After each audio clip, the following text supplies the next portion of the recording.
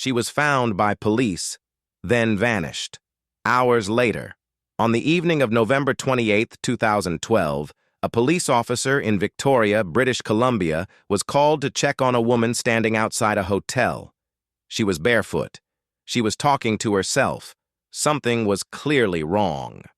The officer found her, spoke with her at length, and by every account available, did exactly what he was trained to do. He assessed her. He confirmed she wasn't in immediate danger. And then, following standard procedure, he let her go on her way. Hours later, she was reported missing. More than 13 years later, nobody knows what happened to her next.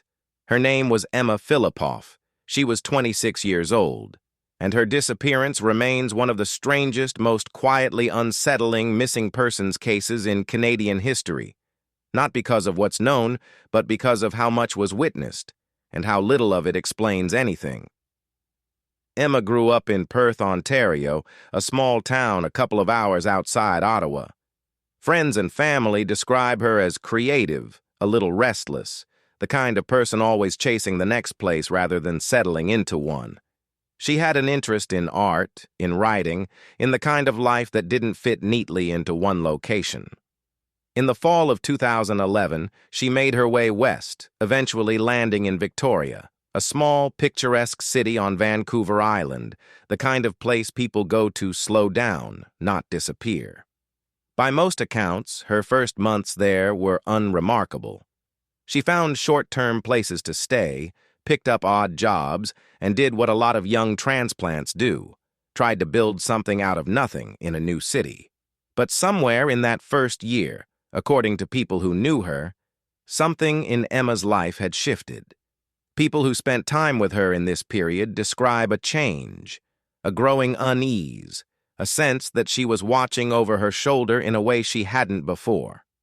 She reportedly told at least one person that she was being followed by a stalker, someone who had trailed her all the way from Ontario, through Vancouver, and finally into Victoria. She described this presence as persistent, as though no amount of moving put distance between them. Whether that stalker was real, imagined, or something in between is one of the central unresolved questions in this case. Investigators were never able to confirm the existence of any such person. No name, no suspect, no corroborating witness ever surfaced. But Emma believed it. And in the weeks leading up to her disappearance, that belief appears to have consumed her. Staff at a local hunting and fishing store later told investigators that a woman matching Emma's description had come in asking how to disappear, how a person might vanish completely and not be found, what steps that would actually take.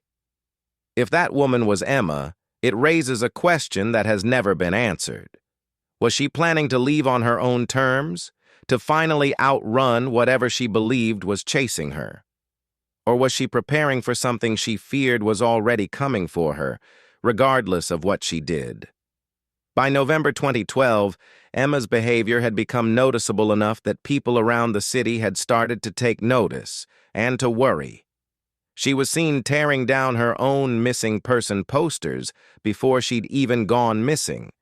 Posters put up early by people who were already concerned enough to act. Some who witnessed this described it almost like a rehearsal, though for what, no one could say for certain. On the morning of November 28th, she spoke with staff at the Chateau Victoria Hotel, where she'd apparently been using her van as a kind of mobile storage unit rather than a place to actually live.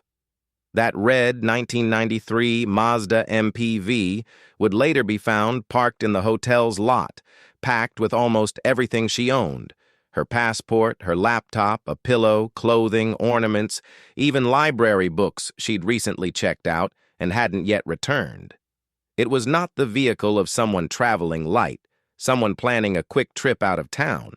It was the vehicle of someone who had, for whatever reason, stopped moving, who had, in effect, packed her entire life into a parked car and simply left it there. That evening, sometime between 7:15 and 8 p.m., Emma was seen standing outside the Empress Hotel, one of Victoria's most recognizable landmarks, a grand, ivy-covered building that overlooks the harbor and draws tourists year-round. She was barefoot in the cold November air. Passers-by noticed her, noticed something was wrong, and called police. The officer who responded spoke with her, by all accounts, for a meaningful length of time. This wasn't a passing glance or a brief exchange. He assessed her well-being directly. Nothing about the encounter met the legal or procedural threshold for further action, for detainment, or for involuntary intervention. He confirmed she was safe by the standards he was trained to apply, and he let her continue on her way. It was the last confirmed sighting of Emma Fillipoff. What happened between that encounter and the moment her family reported her missing just hours later is where the case stops making sense and where over a decade of investigation has failed to produce a clear answer. There have been scattered, unverified claims over the years, each offering a thread that leads nowhere conclusive.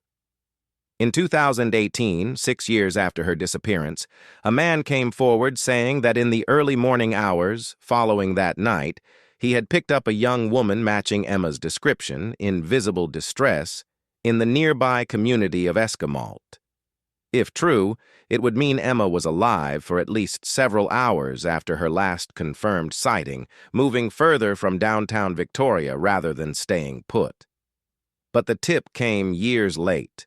Memories fade, and it was never independently confirmed.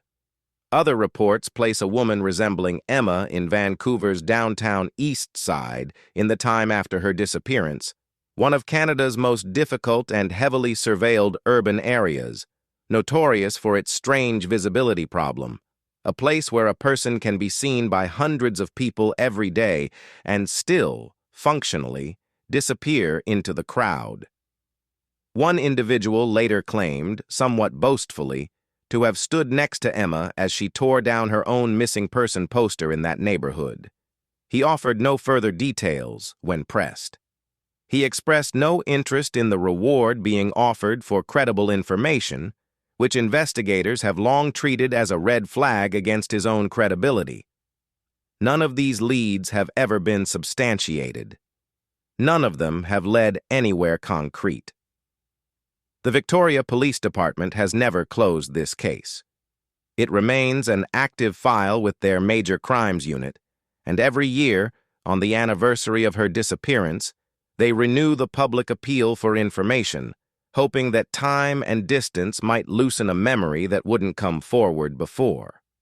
In 2022, on the 10-year mark, they released an age progression drawing, an artist's rendering of what Emma might look like now, over a decade older than the last confirmed photograph of her, in case she is, somehow, still out there to be recognized.